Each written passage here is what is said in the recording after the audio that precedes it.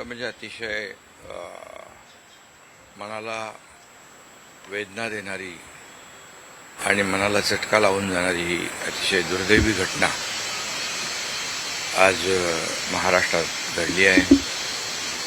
खरं म्हणजे असं कुणाच्या स्वप्नातही वाटलं नसेल की अजितदादा एवढ्या लवकर आपल्यातून जातील.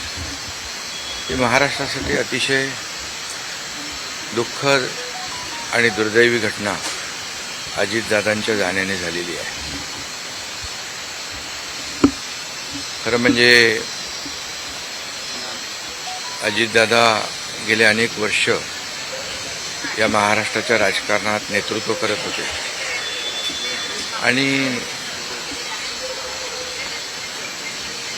अतिशय परखड स्पष्ट वक्तेपणा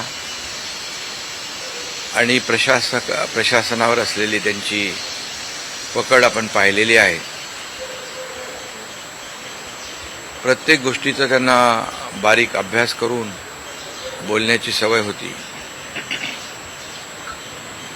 आणि परखड स्पष्ट वक्तेपणा, निर्भीड, रोखठोक बोलणारे असले तरी सुद्धा त्याला चूक म्हणणारे असले तरी सुद्धा अतिशय मनाने ते निर्मळ होते.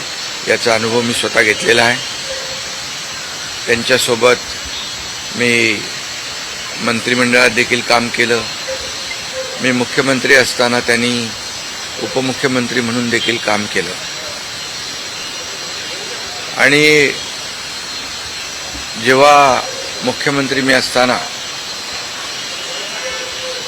मुख्यमंत्री माझी लाडकी बहीण योजना किंबहुना इतरही योजना जेव्हा आम्ही सुरू केल्या तेव्हा आर्थिक जे काही घडी आहे किंवा आर्थिक तरतूद जी आहे ती अतिशय उत्तमपणे त्यांनी त्यावेळेस केली आणि त्याचा अनुभव मला आहे.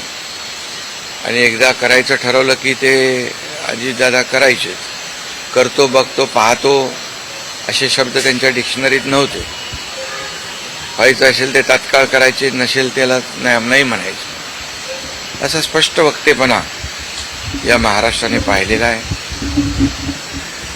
मी असेन, मुख्यमंत्री देवेंद्रजी असतील, अजितदादा असतील, आम्ही टीम म्हणून काम केलं, टीम म्हणून काम करतो. आमच्या वेळाही कामाच्या वेगवेगळ्या, आम्ही पहाटे उशिरापर्यंत काम करतो. अजितदादा पहाटे लवकर काम सुरू करतात, देवेंद्रजी दिवसभर काम करतात.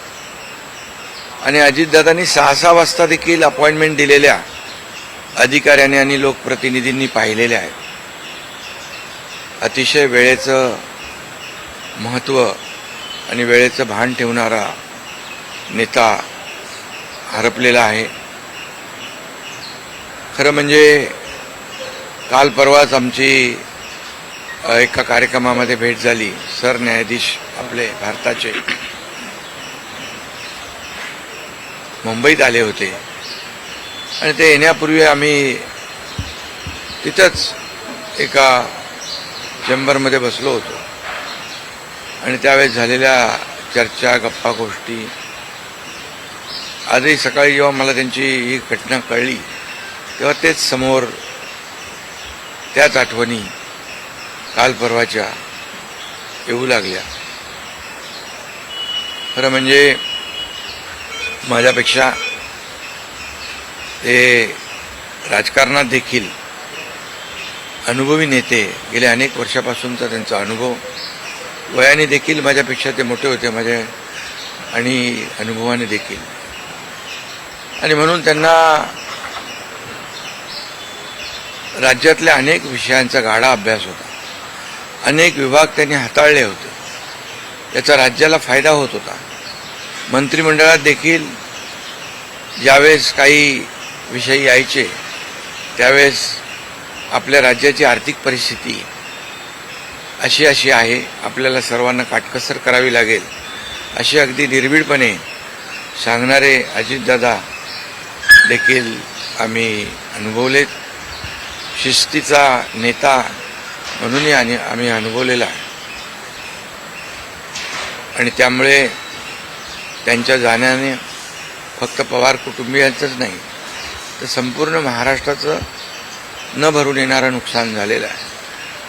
आणि माझ्यापेक्षा वयाने मोठे असल्यामुळे एक जी काय आमची गेल्या अनेक वर्षापासूनची जवळीक निर्माण झाली होती, त्यामुळे राजकारणातले आम्ही तिघजण एक टीम म्हणून काम करत असलो तरीसुद्धा एक मोठा भाऊ हरपल्याची गेल्याची भावना देखील, दुःख देखील माझ्या मनामध्ये आहे. आणि मी त्यांना भावपूर्ण आदरांजली अर्पित करीत असतानाच मनामध्ये फार दुःखाच्या भावना आहेत. त्यांचं कुटुंब हे दुःख पचवण्याची क्षमता डोंगरा एवढं दुःख आहे, ही क्षमता ईश्वराने त्यांना प्रदान करावी. कुटुंबाचंच नाही तर संपूर्ण महाराष्ट्राचं झालेलं आहे नुकसान.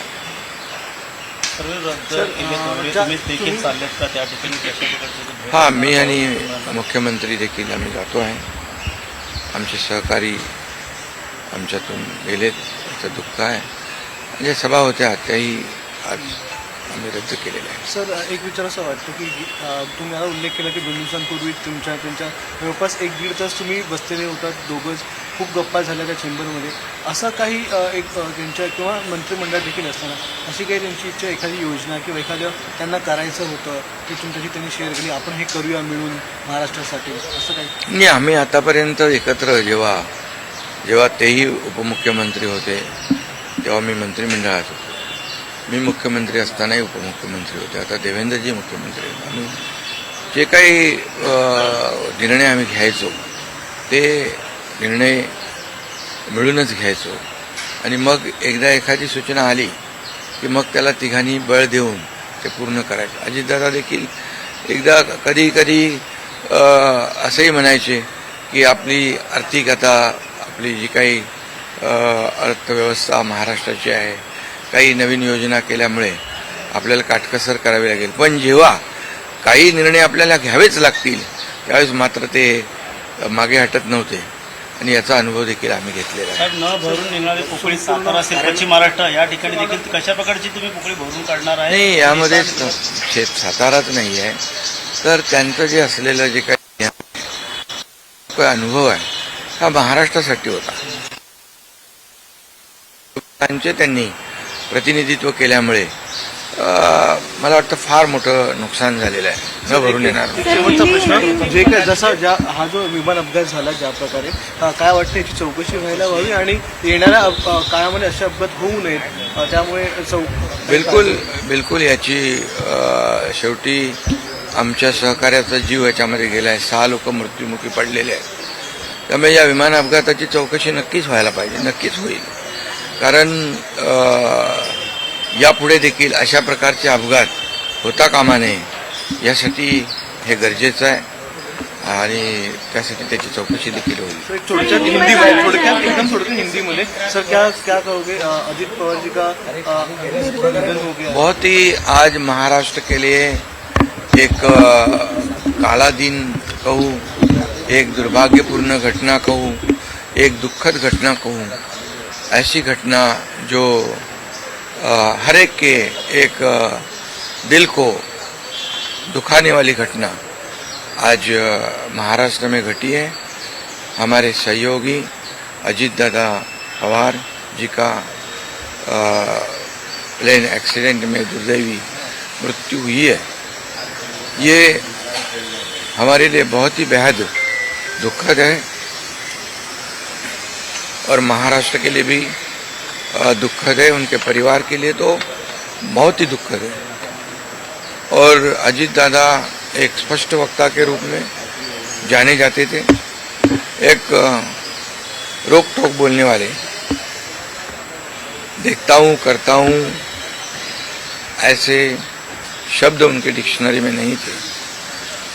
जो होना है वो तुरंत करते थे, जो नहीं होना है उसे साफ ना कहते थे. लेकिन वो कड़े शब्दों में कहते भी, लेकिन मन के बहुत अच्छे थे. और इसका अनुभव मैंने लिया है। उनके उप मुख्यमंत्री कार्यकाल में मैंने मंत्री के रूप में काम किया। मैं मुख्यमंत्री था तभी उन्होंने उप मुख्यमंत्री के रूप में काम किया। आज देवेंद्र जी मुख्यमंत्री है, उनमें भी हम दोनों ने उप मुख्यमंत्री के रूप में काम किया है। हम टीम बनकर काम कर रहे थे, महाराष्ट्र को आगे बढ़ा रहे थे। इसमें एक हमारा टीम वर्क था और मेरा काम करने का तरीका जैसे देर रात तक काम करता था। अजीत दादा जल्दी सुबह उठकर उनकी शुरुआत होती थी।